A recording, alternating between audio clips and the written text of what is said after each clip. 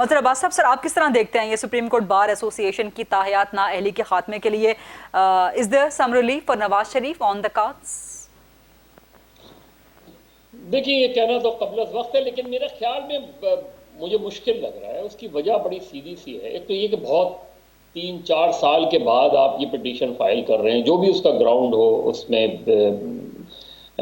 لیکن یہ بات پارلیمنٹ کے تھرو ہونی چاہیے۔ پارلیمنٹ کو اس کو ڈسکس کرنا چاہیے۔ اگر آپ اس میں فرض کریں آپ نے یہ کرائیٹیرینز طے کر دیں کہ کس کو کتنی ڈسکوالیفیکیشن کس کی کتنی ہونی چاہیے، لیکن اس کے ساتھ آپ نے یہ بھی طے کرنا ہے کہ پولیٹیکل مورالٹی تو کہیں تو اس کا اسٹینڈرڈ ہوگا نا۔ پولیٹیکل مورالٹی کہیں تو ہم کھڑے ہوں کہ سیاسی اخلاقیات، اور خاص طور پہ ایسے لوگوں کے جو اس ملک کے حکمراں رہے ہیں ان پہ زیادہ ہوتا ہے۔ آپ باہر کے اگر ممالک، جس طرح جنرل صاحب کہہ رہے تھے کہ وہاں اگر آپ پہ الزام بھی لگ جاتا ہے تو ایون اگر آپ کینڈیڈیٹ ہوتے ہیں تو پھر آپ اس میں لڑنے کے لیے اہل ہی نہیں ہوتے، خود ہی وڈرا کر جاتے ہیں۔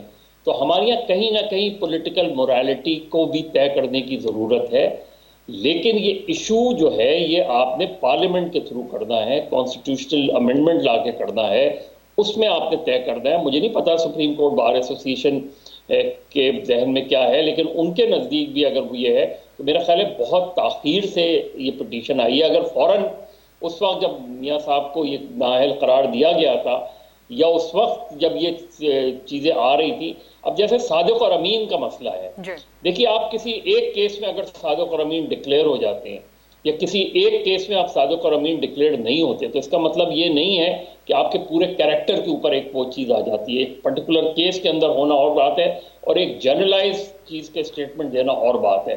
ان چیزوں کو ایڈریس کرنے کی ضرورت ہے، لیکن بدقسمتی سے اتنے سالوں میں آج تک پارلیمنٹ نے اس ایشو کو ڈسکس کیا ہی نہیں۔ آج تک پارلیمنٹ نے ان ایشوز کے حوالے سے کبھی بھی کوئی لائحہ عمل بنایا ہی نہیں اس میں۔